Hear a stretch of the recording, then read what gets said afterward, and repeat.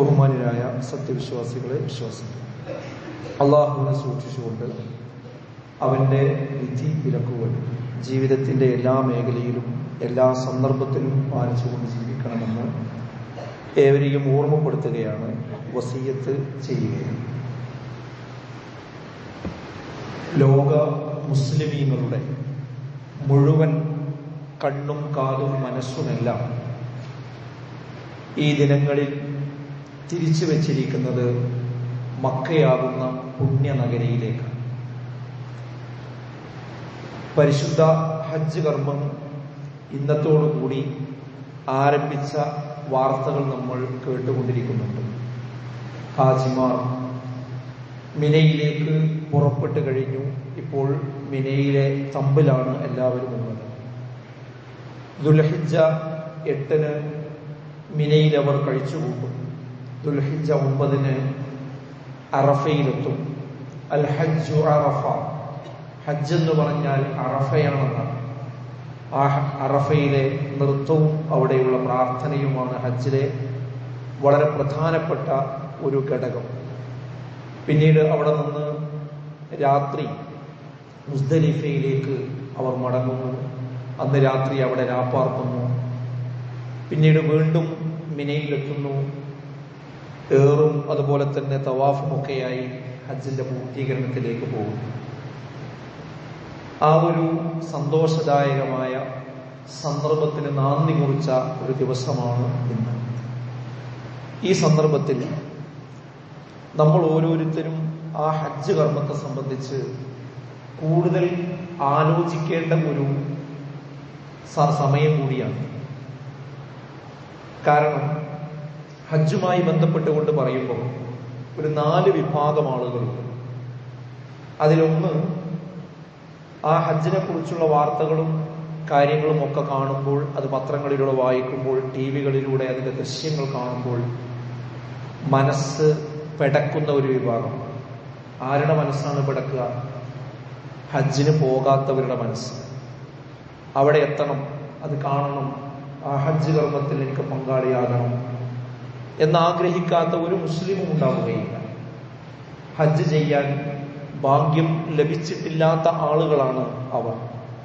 അതുകൊണ്ട് തന്നെ ഈ സന്ദർഭങ്ങളിൽ അവരുടെ എല്ലാവരുടെയും മനസ്സിൽ നിന്ന് ഹജ്ജ് ചെയ്യണമെന്ന ഒരു അടങ്ങാത്ത ആഗ്രഹം ഉണ്ടാവുക സ്വാഭാവികമാണ്.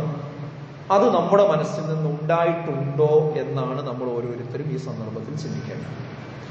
ഹജ്ജ് ചെയ്യാൻ ബാധ്യതപ്പെട്ട, ശരീരം കൊണ്ടും സമ്പത്ത് കൊണ്ടും അതിന് ബാധ്യതപ്പെട്ട നമുക്ക് ഇതൊക്കെ കാണുമ്പോൾ എനിക്കും ഒരു ഹജ്ജ് ചെയ്യണം, ഞാൻ ഹജ്ജ് ചെയ്തിട്ടില്ലല്ലോ എന്ന ഒരു ഫീലിംഗ് നമുക്ക് ഉണ്ടാവുന്നുണ്ടോ എന്ന് ഓരോരുത്തരും ആത്മവിചിന്തനം നടത്തേണ്ടുന്ന ഒരു സന്ദർഭം കൂടിയാണ് ഇപ്പോൾ. അതുകൊണ്ട് എനിക്ക് അവരോട് ഒന്നാമതായി പറയാനുള്ളത്, ഉടനെ ഹജ്ജ് ചെയ്യണമെന്നതാണ്.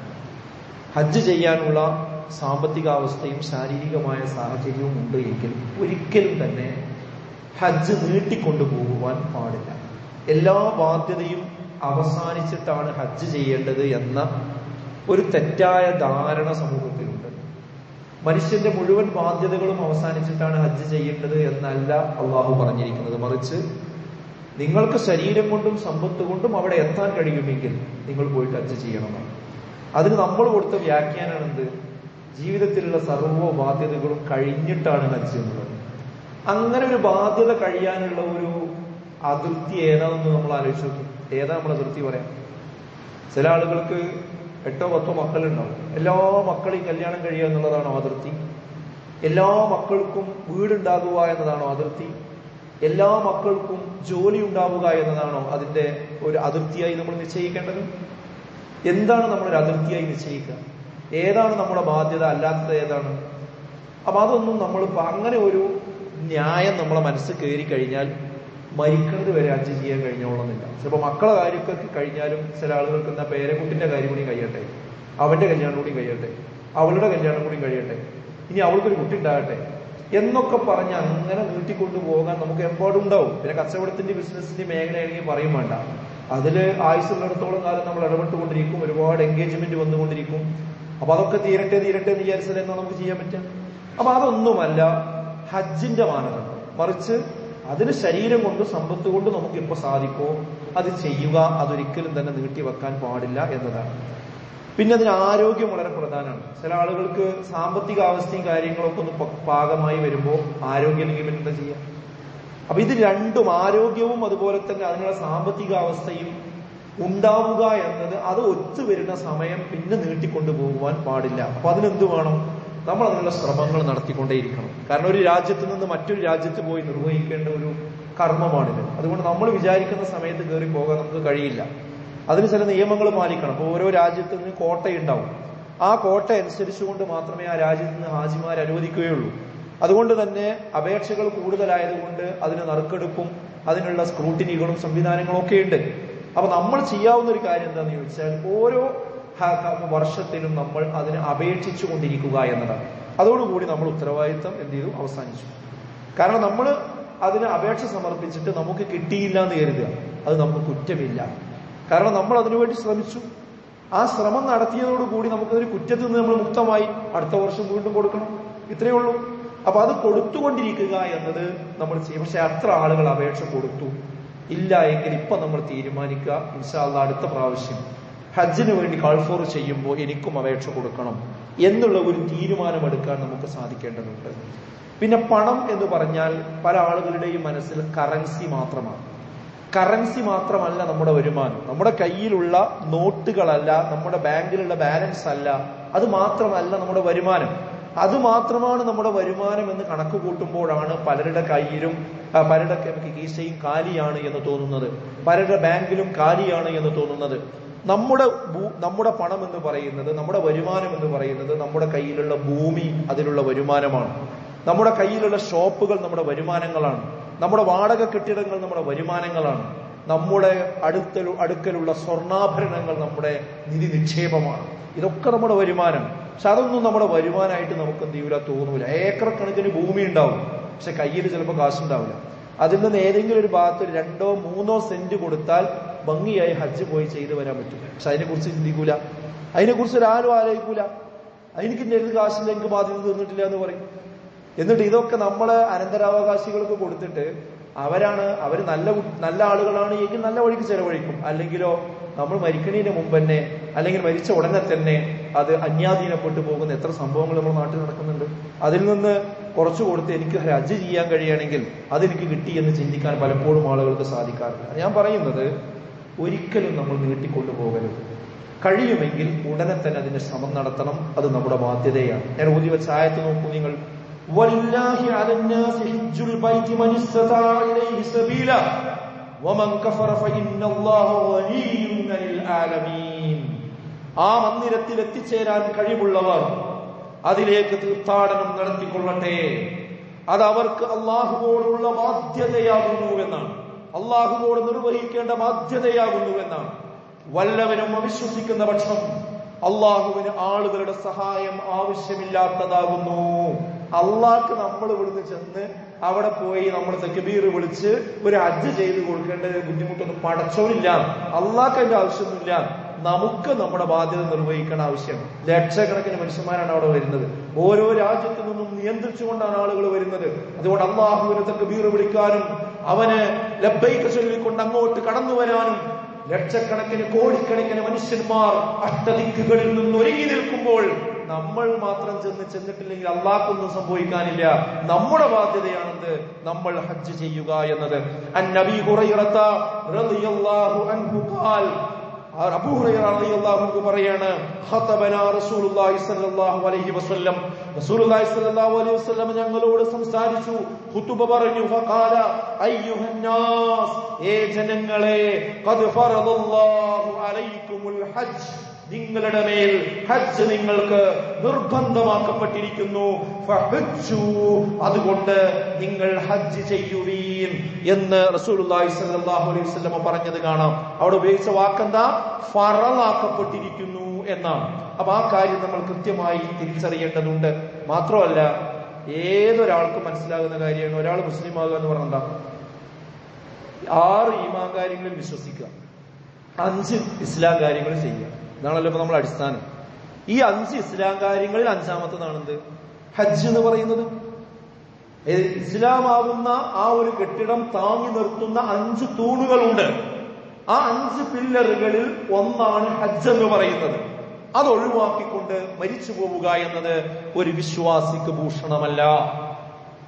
ഹജ്ജിന് വേണ്ടി പുറപ്പെടുന്ന ആളുകൾക്കുള്ള മഹത്വം എന്താണെന്നറിയുക? അള്ളാഹുവിന്റെ അതിഥികളാണ് അവര് എന്നാണ്. അൽ ഗാസി ഫീ സബീലില്ലാഹ് വൽ ഹാജു വൽ മുഅ്തമിറു വഫ്ദുല്ലാഹ് ദഅാഹും ഫഅജാബൂഹു വസഅലൂഹു ഫഅഅതാഹു. ദൈവമാർഗത്തിൽ യുദ്ധം ചെയ്യുന്നവരും ഹജ്ജും ഉംറയും നിർവഹിക്കാൻ പുറപ്പെടുന്നവരും അള്ളാഹുവിന്റെ അതിഥികളാവുന്നു. അവർ അള്ളാഹുവിന്റെ വിളിക്ക് ഉത്തരം നൽകിയിരിക്കുന്നു. അള്ളാഹു അവരുടെ പ്രാർത്ഥനയ്ക്ക് ഉത്തരം നൽകുകയും ചെയ്യും എന്നാണ് റസൂലുള്ളാഹി സ്വല്ലല്ലാഹു അലൈഹി വസല്ലം പറയുന്നത്. അപ്പോ ഹജ്ജിന് വേണ്ടി പുറപ്പെടുക എന്ന് പറഞ്ഞാൽ നമ്മളെ ദറജ ഇങ്ങോട്ട് ഉയരുകയാണ്. ചില ആളുകളൊക്കെ രാജ്യത്തിന്റെ തലവന്മാര് ഒന്ന് ഫോൺ ചെയ്തു എന്ന് പറഞ്ഞാൽ അത് വലിയൊരു വാർത്തയാണ്. എന്നെ ഇന്നലെ പ്രധാനമന്ത്രി വിളിച്ചു, എന്നെ പ്രസിഡന്റ് വിളിച്ചു, എനിക്കൊരു ലെറ്റർ അയച്ചു, ഒരു കത്തയച്ചു എന്നൊക്കെ പറഞ്ഞാൽ, ഫോണിൽ ബന്ധപ്പെട്ടു എന്നൊക്കെ പറഞ്ഞാൽ അതൊരു വാർത്തയാണ്. അതൊരു സാധാരണക്കാരാണെങ്കിൽ പിന്നെ പറയും വേണ്ട, അതൊരു ഫീച്ചറാണ് പത്രങ്ങൾക്കൊക്കെ. എന്നാൽ അതൊന്നുമല്ല, ഈ പ്രപഞ്ചത്തിന്റെ സ്രഷ്ടാവായ പടച്ച തമ്പുരാൻ നമ്മെ അതിഥികളായി കാണുന്നു എന്ന് പറയുമ്പോൾ അതിന്റെ വലുപ്പം എത്രയാണെന്ന് നിങ്ങൾ ആലോചിച്ചു. ഇപ്പൊ നമ്മുടെ രാജ്യത്ത് സത്യപ്രതിജ്ഞയുടെ ചടങ്ങ് നടന്നു. ആ ചടങ്ങിലേക്ക് ക്ഷണിക്കപ്പെട്ടവർ ആരൊക്കെ എന്നത് വലിയ ചർച്ചയാണ്. വളരെ നിസ്സാരാണ് അതൊക്കെ. ഇതങ്ങനെയല്ല. ഈ അണ്ടകടാഹങ്ങളെ നിയന്ത്രിച്ചു കൊണ്ടിരിക്കുന്ന പടച്ച തമ്പുരാന്റെ അതിഥികളായി ആ അതിഥികളുടെ ലിസ്റ്റിൽ നമ്മൾ ഉൾപ്പെടുക എന്ന് പറഞ്ഞാൽ അതിലും വലിയൊരു കാര്യം വേറെന്താണ്? അപ്പൊ അള്ളാന്റെ അതിഥികളാണ് എന്ന ഓർമ്മ നമുക്കുണ്ടാകേണ്ടതുണ്ട്. ഹജ്ജ് കഴിഞ്ഞാൽ എന്താ? മൻ ഹജ്ജ ലില്ലാഹി, അള്ളാഹുവിന് വേണ്ടി ഒരാൾ ഹജ്ജ് ചെയ്താൽ ഫലം യർഫുസ് വലം യഫ്സുഖ്, അശ്ലീല വാക്കുകളോ അധർമ്മങ്ങളോ ഒന്നുമില്ലാതെ ഒരാൾ മഖബൂലും മബ്റൂറുമായ രീതിയിൽ ഹജ്ജ് ചെയ്താൽ റജഅ കയൗമി വലത്തുഹു ഉമ്മുഹു, അവന്റെ ഉമ്മ പ്രസവിച്ച ഒരു കൊച്ചു കുഞ്ഞിനെ പോലെ അവൻ പാപത്തിൽ നിന്ന് മുക്തനായി ശുദ്ധ പ്രകൃതിയോടുകൂടിയായിരിക്കും അവൻ തിരിച്ചു വരിക എന്നാണ്. ഇതിലും വലിയൊരു ഓഫർ വേറെ കിട്ടാണ്ട്. മനുഷ്യരായ നമ്മൾക്ക് എന്തൊക്കെ തെറ്റുകളും പാപങ്ങളും കുറ്റങ്ങളും ജീവിതത്തിൽ വന്നു പോയിട്ടുണ്ട്. അതൊക്കെ കഴുകി വൃത്തിയാക്കി ഒരു ഉമ്മ പ്രസവിച്ച കുഞ്ഞിനെ പോലെ ആ മക്കയിൽ നിന്ന് നമുക്ക് തിരിച്ചു വരാൻ ഭാഗ്യം ലഭിക്കുന്ന അതിമഹത്തായ ഒരു പുണ്യകർമ്മമാണ് ഹജ്ജ് എന്ന് പറയുന്നത്. വേറെ ഹദീസിൽ പറഞ്ഞത് എന്നാണ്. അവന്റെ സർവ്വ പാപങ്ങളും അള്ളാഹു അതിന്റെ പേരിൽ പുറത്തു കൊടുക്കുമെന്നാണ്. പിന്നെ ഹജ്ജ് ചെയ്ത ആൾക്ക് കൊടുക്കുന്നത് എന്താ? വൽ ഉംറതു ഇലൽ ഉംറ കഫാറത്തുൻ ലിമാ ബൈനഹുമാ വൽ ഹജ്ജുൽ മബ്റൂർ ലൈസ ലഹു ജസാഉൻ ഇല്ലൽ ജന്നah. മഖബൂലായ മബ്റൂറായ ഹജ്ജ് കർമ്മം ഒരാൾ നിർവഹിച്ചാൽ അവനതിന് പ്രതിഫലമായി സ്വർഗമല്ലാതെ മറ്റൊന്നുമില്ല. സ്വർഗം ഉറപ്പ്. നോക്കിങ്ങള്, പാപങ്ങൾ മുഴുവൻ പുറത്ത് സ്വർഗം ഉറപ്പ് നൽകുന്ന വലിയ പുണ്യകർമ്മമാകുന്നു ഹജ്ജ് എന്നാണ്. എന്നാലും നമ്മളെ മനസ്സിലെന്താ തോന്നുക? ചെയ്യണം, ഇപ്പൊ കഴിയും, 2 കൊല്ലം കഴിയട്ടെ, അടുത്ത കൊല്ലം ഈ കഴിയണം, ഇങ്ങനെ നമ്മളെ ചെയ്താൽ നമ്മളെ മനസ്സിൽ അപ്പോഴും അങ്ങനെ പറയാം. പക്ഷേ എന്താ റസൂലുള്ളാഹി പറഞ്ഞത്? മൻ അറാദൽ ഹജ്ജ, ആരെങ്കിലും ഹജ്ജിന് ഉദ്ദേശിച്ചാൽ എന്താ ചെയ്യേണ്ടത്? ഫൽയതഅജ്ജൽ, വേഗം ധൃതി പിടിച്ചതിലേക്ക് നടക്കട്ടെ, അവൻ അതിലേക്ക് പോകട്ടെ. കാരണം എന്താ? ഫഇന്നഹു ഖദ് യംറുൽ മരീദ്, നിങ്ങള് രോഗികളായി മാറിയേക്കാം. അതെ, ഹജ്ജ് നിർബന്ധമായാൽ അവൻ ചെയ്യട്ടെ. കാരണം ഹജ്ജ് ചെയ്യാൻ കഴിയാത്ത വിധം രോഗമോ മറ്റത്യാവശ്യങ്ങളോ വരികയോ യാത്രാ സൗകര്യം നഷ്ടപ്പെടുകയോ ചെയ്തേക്കാം. എന്താണ് ആ ഹദീസുകളുടെ ആശയം നിങ്ങൾ ആലോചിച്ച് നോക്കി. എനിക്ക് ഓർമ്മയുണ്ട്, ഒരു ഹജ്ജിന്റെ ക്ലാസ് എടുക്കുന്ന വേളയിൽ ആ ഹജ്ജിന്റെ ക്ലാസ് കഴിഞ്ഞപ്പോ വളരെ പ്രായം ചെന്ന ഒരു മനുഷ്യൻ അടുത്തു വന്നുകൊണ്ട് വിതുമ്പിക്കൊണ്ട് കരയുന്നു. എന്താ കാര്യം ചോദിച്ചു നോക്കുമ്പോ അദ്ദേഹം പറയുന്നത്, എനിക്ക് ഹജ്ജിന് കിട്ടിയിരുന്നു, പക്ഷെ അത് ആ കൊറോണ സമയത്തായി പോയി. ആ സമയത്തായതുകൊണ്ട് ഞങ്ങൾക്കെല്ലാം അത് പ്രയാസമായി, ബുദ്ധിമുട്ടായി, ആളുകളെ പരിമിതപ്പെടുത്തി. ഹജ്ജ് നിങ്ങൾ ചരിത്രത്തിൽ ആലോചിച്ച് നോക്കി. ഇപ്പൊ നമ്മൾ പറയണ ഹറമൊക്കെ അടച്ചിടുന്നൊരു കാലം വരാനുണ്ട് എന്ന് പറഞ്ഞാൽ ആരെങ്കിലും വിശ്വസിക്കും? അത് നടന്നില്ലേ? ഹറം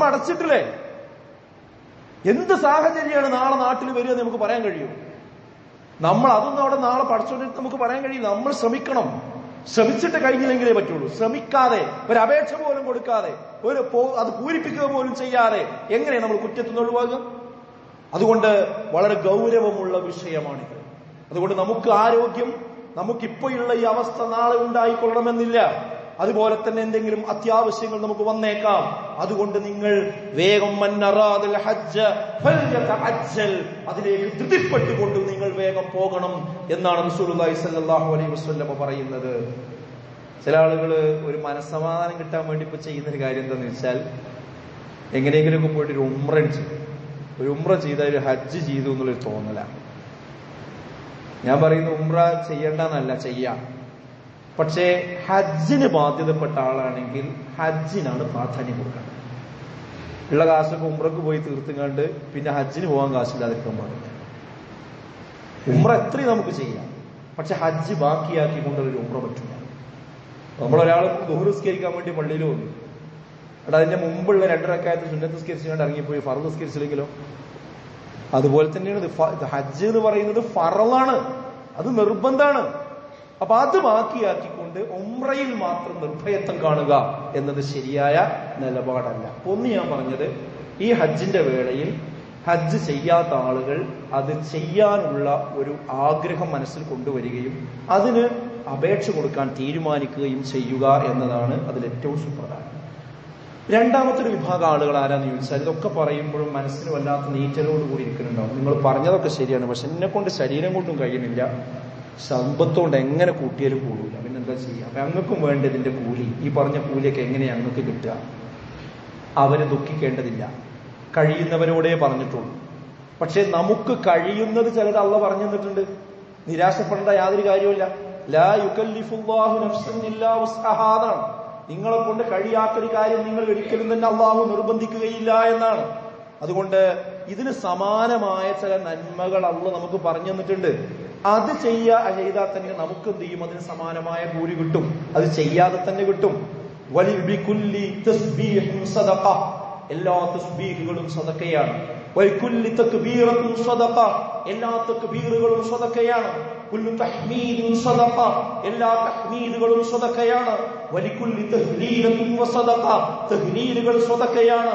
വംറുൻ ബിൽ മഅറൂഫി സദഖ, നന്മ കൽപ്പിക്കുക തിന്മ വിരോധിക്കുക എന്നത് സദഖയാണ്.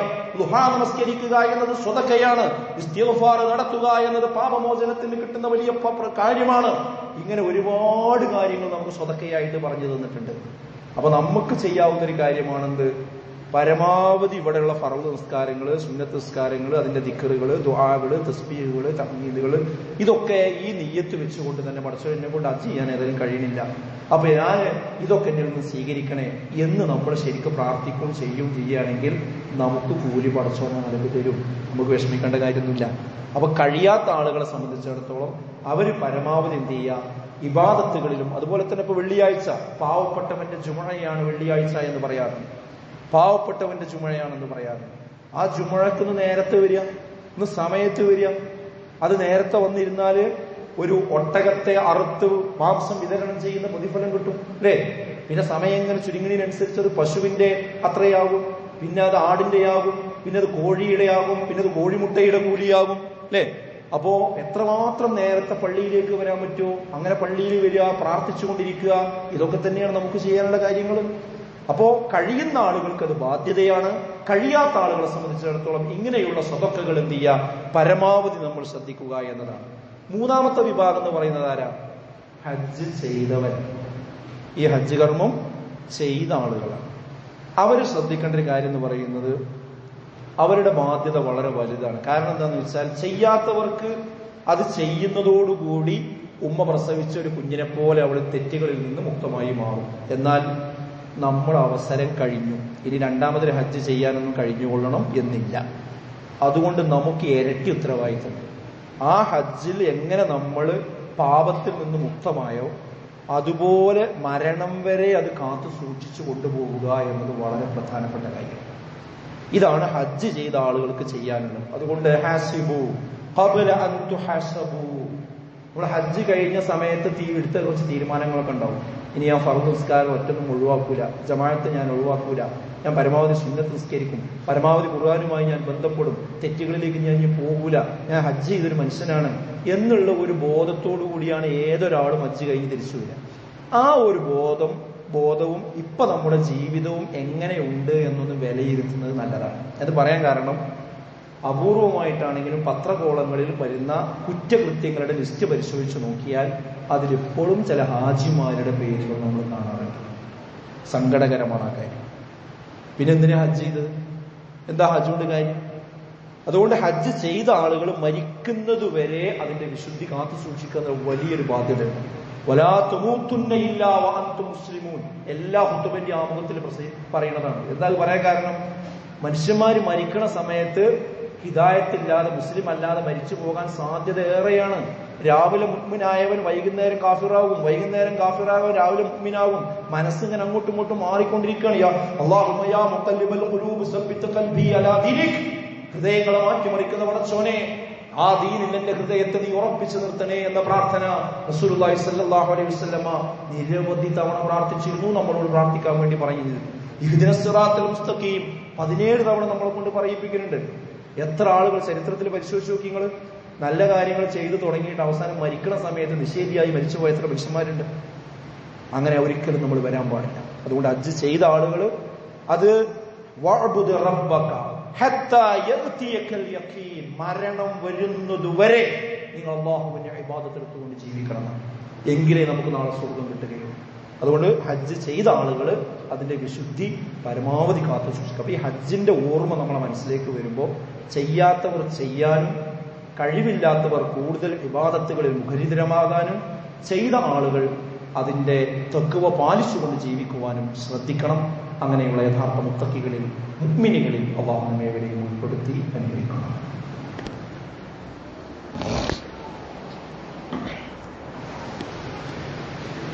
അൽഹംദുലില്ലാഹ് വസ്സലാത്തു വസ്സലാമു അലാ റസൂലില്ലാഹ് വഅലാ ആലിഹി വസ്വഹ്ബിഹി അജ്മഈൻ.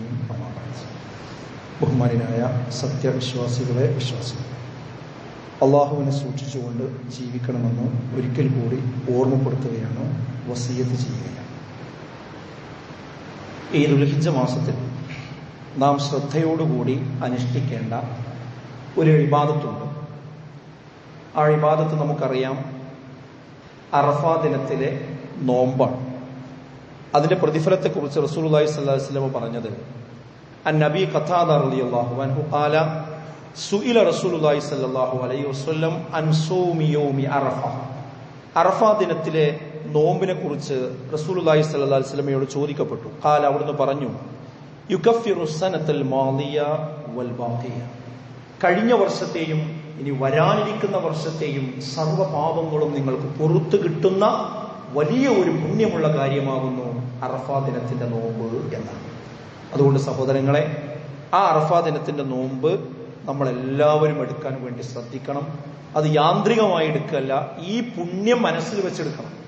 ഈ പുണ്യം മനസ്സിൽ വെച്ചുകൊണ്ടെടുക്കണം. ഒരു കൊല്ലത്ത്, കഴിഞ്ഞ കൊല്ലത്തെയും വരാൻ പോകുന്ന കൊല്ലത്തെയൊക്കെ പാപം പൊറുക്കുന്ന വലിയ മഹത്വമേറിയ ഒരു പുണ്യകർമ്മമാണ് ആ അറഫാ ദിനത്തിന്റെ നോമ്പ് എന്നത്. പക്ഷെ ഈ നോമ്പിനെ കുറിച്ച് പറയുമ്പോൾ എത്ര തീർത്താലും തീരാത്ത ചില സംശയങ്ങൾ ആളുകളെ മനസ്സിലുണ്ടാവും. അതെല്ലാ പ്രാവശ്യം പറഞ്ഞാലും പിന്നെ അടുത്ത പ്രാവശ്യം ആൾക്കാർ ചോദിക്കും, എന്നാ നമ്മള് അറഫാ നോമ്പ് നോൽക്കേണ്ടത് എന്ന് ചോദിക്കും. അത് ചോദിക്കുന്ന ചോദ്യം വർദ്ധിക്കാറുള്ളത് എപ്പോഴാന്ന് ചോദിച്ചാൽ, അറഫയിലെ ആളുകൾ ഹാജിമാർ അറഫയിൽ നിൽക്കുന്ന ദിവസവും നമ്മുടെ അറഫാ ദിനവും തമ്മിൽ ദിവസം വ്യത്യാസം വരുമ്പോഴാണ് ആളുകൾക്ക് കൂടുതൽ കൺഫ്യൂഷൻ ഉണ്ടാകുന്നത്.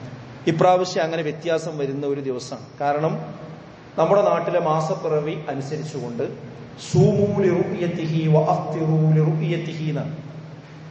മാസം നിങ്ങൾ കണ്ടാൽ നിങ്ങൾ നോമ്പ് നോക്കുക, കണ്ടാൽ അവസാനിപ്പിക്കുകയും ചെയ്യുക. ഇതാണ് അടിസ്ഥാനം. അതുകൊണ്ട് ഓരോ നാട്ടിലും മാസപ്പിറവി ദർശനം ഉണ്ടായിക്കഴിഞ്ഞാൽ നമ്മൾ അന്നു മുതൽ അത് മാസത്തിലേക്ക് കടന്നു ഒന്നായി നമ്മൾ എണ്ണണമെന്നാണ്. ആ നിലക്ക് കേരളത്തിൽ മാസപ്പിറവി കണ്ടതനുസരിച്ച് ജൂൺ 16 അഥവാ വരുന്ന ഞായറാഴ്ചയാണ് നമുക്ക് ദുൽഹിജ്ജ 9 എന്ന് പറയുന്നത്. തൊട്ടടുത്ത ദിവസം തിങ്കളാഴ്ചയാണ് നമുക്ക് ബലി പെരുന്നാളായിട്ട് വരുന്നത്. എന്നാൽ നമുക്കറിയാം, അറഫയിൽ ആളുകൾ നിൽക്കുന്ന ദിവസം ശനിയാഴ്ചയാണ്, നാളെയാണ്.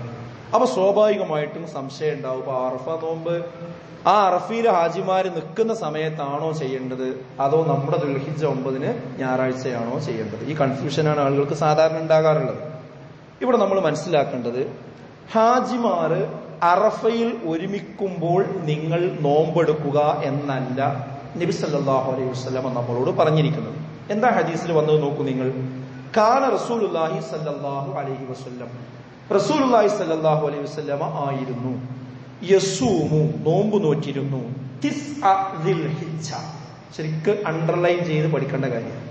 തിസ്അ ദിൽഹിജ്ജ, ദിൽഹിജ്ജയിലെ 9 റസൂലുള്ളാഹി സ്വല്ലല്ലാഹു അലൈഹി വസല്ലമ ആ നോമ്പ് നോൽക്കുമായിരുന്നു. അറഫയിൽ നിൽക്കുന്ന ഹാജിമാർക്ക് ഈ നോമ്പില്ല, അവർക്ക് ഈ നോമ്പ് നോൽക്കൽ പാടില്ല. അറഫയിൽ നിൽക്കാത്ത മറ്റു ആളുകൾക്കാണ് ഈ നോമ്പ് നോൽക്കാനുള്ളത്. അത് നോൽക്കേണ്ടത് എന്നാണ്? എന്നാ റസൂലുള്ളാഹി നോറ്റതെന്ന യസൂമു തിസ്അ ദിൽഹിജ്ജ, ദുൽഹിജ്ജ 9 അന്നാണ് റസൂലുള്ളാഹി സ്വല്ലല്ലാഹു അലൈഹി വസല്ലമ നോറ്റത്. അപ്പോ ലോകത്ത് ഏതൊരാളും അവരുടെ നാട്ടിൽ എന്നാണോ മാസപ്പിറവി കണ്ടത് അതിനനുസരിച്ച് കണക്ക് കൂട്ടി അവർക്ക് എന്നാണോ ദുൽഹിജ്ജ 9 വരുന്നത് അന്നാണ് അവരാ നോമ്പ് നോൽക്കേണ്ടത്. ഇതാണ് പ്രായോഗികം.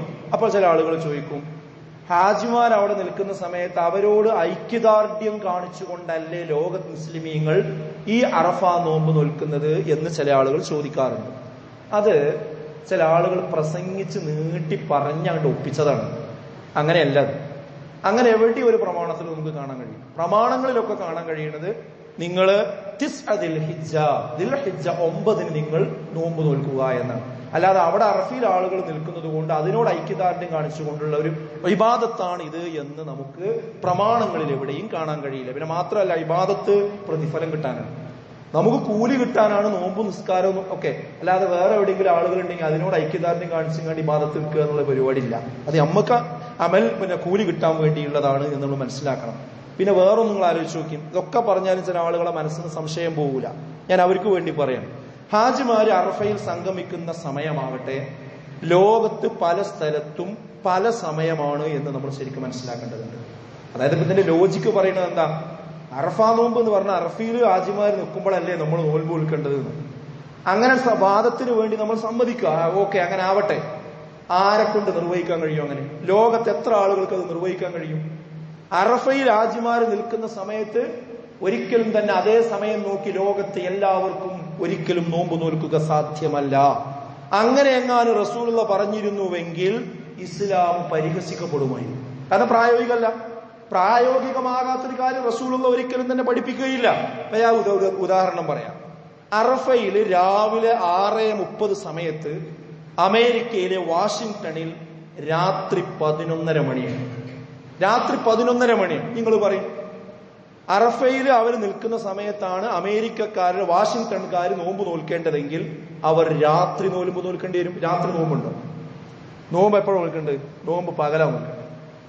അപ്പൊ അതേ സമയത്താണ് നോമ്പ് അവർ അതാണ് നിയമമെങ്കിൽ, അതാണ് പ്രമാണമെങ്കിൽ ഇവരെന്ത് ചെയ്യണം? വാഷിംഗ്ടണിലുള്ള ആളുകൾ രാത്രി 11:30 മണിക്ക് നോമ്പ് നോൽക്കണം. ഒരിക്കലും സാധ്യമല്ല. ന്യൂസിലാൻഡിലേക്ക് വന്ന് നോക്കൂ നിങ്ങൾ. ന്യൂസിലാൻഡിൽ ആ സമയം വൈകുന്നേരം 3:30. എങ്ങനെയാണ് ആ സമയത്ത് അവരവിടെ നോമ്പ് നോൽക്കുക?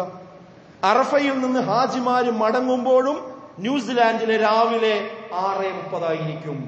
അപ്പോഴും രാവിലെ 6:30 ആയിരിക്കും മടങ്ങണ സമയത്തും, അഥവാ രാത്രികാലം തന്നെ ആയിരിക്കുക. എങ്ങനെയാണ് അവർക്ക് നോമ്പ് നോൽക്കാൻ സാധിക്കുക? ഇവർക്ക് ഒരു കാലത്തും നോമ്പ് നോൽക്കാൻ കഴിയില്ല. അറഫയിൽ നിൽക്കുന്ന സമയത്താണ് നോമ്പ് നോൽക്കേണ്ടതെങ്കിൽ ഈ പറഞ്ഞ സ്ഥലങ്ങളിലുള്ള ആൾക്കാർക്ക്, ഇത് ഇഷ്ടംപോലെ സ്ഥലങ്ങൾ ഇങ്ങനെ പറയാൻ പറ്റും, ഇവർക്കൊന്നും നോമ്പ് നോൽക്കാൻ കഴിയും. നമ്മളെ നാടെടുത്ത് നോക്കി നിങ്ങൾ. നമ്മളെ നാട്ടിൽ തന്നെ നമ്മൾ അത്താഴം കഴിക്കുന്ന സമയം വെച്ച് നോക്കുകയാണെങ്കിൽ 2.5 മണിക്കൂർ മുമ്പാണ്. നമ്മളും അവരും തമ്മിൽ 2.5 മണിക്കൂർ വ്യത്യാസം ഉണ്ട് എന്ന് നമുക്കറിയാം. അപ്പൊ പ്രായോഗികമല്ലാത്തത് നബി സല്ലല്ലാഹു അലൈഹി വസല്ലമ ഒരിക്കലും പഠിപ്പിക്കുകയില്ല എന്ന കോമൺ സെൻസ് നമുക്കുണ്ടാകണം. അല്ലാതെ റസൂലുള്ളാഹി പറയും, നിങ്ങൾ അവിടെ അറഫയിൽ ആളുകൾ നിൽക്കുന്ന സമയത്താണ് ലോകത്ത് മുഴുവൻ നോമ്പ് നിൽക്കേണ്ടത് എന്ന് പറഞ്ഞിരുന്നുവെങ്കിൽ ലോകത്ത് പല ആളുകൾക്കും അത് സാധ്യമാകാതെ വരും. എന്നാൽ ഓരോ നാട്ടിലും മാസപ്പിറവി കണ്ടതനുസരിച്ചുകൊണ്ട് അവിടെ നിന്ന് എണ്ണി അവർക്ക് എന്നാണോ ദുൽഹിജ്ജ 9 വരുന്നത് അന്നാണ് അവർ നോമ്പ് നോൽക്കേണ്ടത്. അതിന് ഞാൻ നേരത്തെ പ്രമാണം ഉദ്ധരിക്കുകയും ചെയ്തു.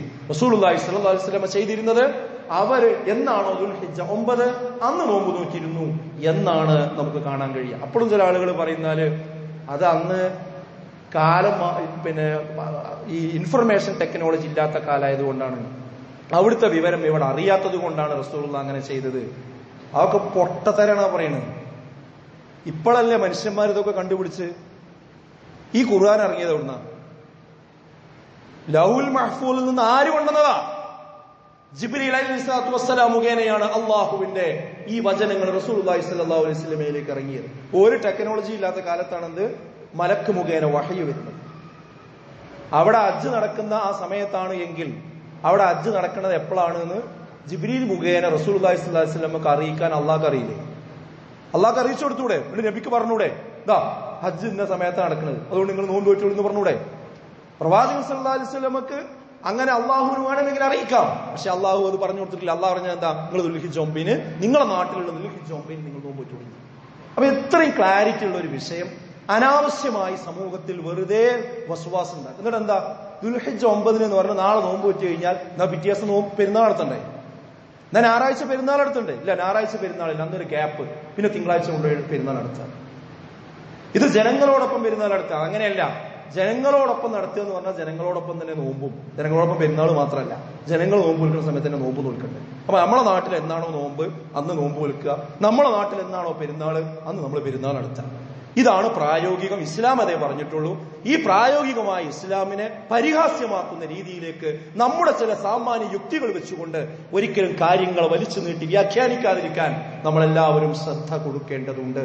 അപ്പോ ഇന്ന് നമ്മുടെ നാട്ടിൽ ദുൽഹിജ്ജ 7 അതുകൊണ്ട് തന്നെ അറഫ നോമ്പ് ഈ ജൂൺ 16 തീയതി ഞായറാഴ്ചയായിരിക്കും. ആ ഞായറാഴ്ചയാണ് നമ്മൾ നമ്മുടെ നോമ്പ് നോൽക്കേണ്ടത്. ആ നോമ്പ് ആ രീതിയിൽ നോറ്റുകൊണ്ട് മുന്നോട്ട് പോകുവാൻ നമ്മൾ ശ്രദ്ധിക്കുക. ബലി പെരുന്നാൾ തിങ്കളാഴ്ചയായിരിക്കും ഇൻഷാ അല്ലാഹ്. 7 മണിക്കാണ് നമ്മുടെ പള്ളിയിൽ, ഇപ്പൊ മഴയായതുകൊണ്ട് പുറത്ത് നിർവാഹമില്ല. അപ്പൊ 7 മണിക്കായിരിക്കും നമ്മുടെ ഇവിടെ പെരുന്നാൾ നമസ്കാരം ഉണ്ടായിരിക്കുക. കൃത്യസമയത്ത് തന്നെ എത്താൻ വേണ്ടി എല്ലാവരും ശ്രദ്ധിക്കുക. പിന്നെ എല്ലാവർക്കും അറിയാവുന്ന ഒരു സുന്നത്താണ്, ചെറിയ പെരുന്നാളാണെങ്കിൽ ഭക്ഷണം കഴിക്കാതെ വരണം. ബലി പെരുന്നാളാണ് എങ്കിൽ ചെറിയ പെരുന്നാളാണെങ്കിൽ ഭക്ഷണം കഴിച്ചുകൊണ്ട് വരണം. വലിയ പെരുന്നാളാണെങ്കിൽ ഭക്ഷണം കഴിക്കാതെയാണ് വരേണ്ടത്. അത് സുന്നത്തിൽപ്പെട്ടതാണ്. കാരണം നോമ്പ് കഴിഞ്ഞ പെരുന്നാളാണ് ചെറിയ പെരുന്നാൾ. അതുകൊണ്ട് അന്ന് രാവിലെ എന്തെങ്കിലും ഒന്ന് കഴിച്ചിട്ട് എന്ത് ചെയ്യാൻ പാടുള്ളൂ, വരാൻ പാടുള്ളൂ. എന്നാൽ ബലി പെരുന്നാളിനെ സംബന്ധിച്ചിടത്തോളം അന്ന് നിസ്കാരം കഴിഞ്ഞതിന് ശേഷമായിരിക്കണം എന്തെങ്കിലും വെള്ളം കുടിക്കുകയും കാപ്പി കുടിക്കുകയൊക്കെ ചെയ്യേണ്ടത്. ആ ഒരു സുന്നത്തിന്റെ കാര്യം പ്രത്യേകം ശ്രദ്ധിക്കുക. നല്ല വസ്ത്രം ധരിച്ച് സന്തോഷത്തോടുകൂടി കൃത്യസമയത്ത് പള്ളിയിലെത്താൻ ശ്രമിക്കുക. അങ്ങനെയുള്ള യഥാർത്ഥ മുത്തഖികളിൽ മുഅ്മിനീകളിൽ അല്ലാഹു നമ്മെയും ഉൾപ്പെടുത്തി അനുഗ്രഹിക്കുമാറാകട്ടെ. നമ്മുടെ ജീവിതത്തിൽ വന്നുപോയ ചെറുതും വലുതുമായ എല്ലാ പാപങ്ങളും അല്ലാഹു നമുക്ക് വിട്ടുകൊടുത്ത് മാപ്പാക്കി തരുമാറാകട്ടെ. നമ്മുടെ വീട്ടിൽ നിന്നും കുടുംബത്തിൽ നിന്നും ബന്ധുമിത്രാദികളിൽ നിന്നും നാട്ടിൽ നിന്നും സുഹൃത്തുക്കളുടെ നിന്നുമൊക്കെ ഹജ്ജിന് വേണ്ടി പുറപ്പെട്ട ധാരാളം ആളുകളുണ്ട്. അവർക്കൊക്കെ ആ ഹജ്ജ് കർമ്മം മഖ്ബൂലും മബ്റൂറുമായ രീതിയിൽ പൂർണ്ണമായി നിർവഹിച്ച് സംതൃപ്തിയോടുകൂടി നമ്മുടെ നാട്ടിലേക്ക് വീട്ടിലേക്ക് തിരിച്ചു വരാനുള്ള തൗഫീക്ക് അല്ലാഹു എല്ലാവർക്കും പ്രദാനം ചെയ്യും.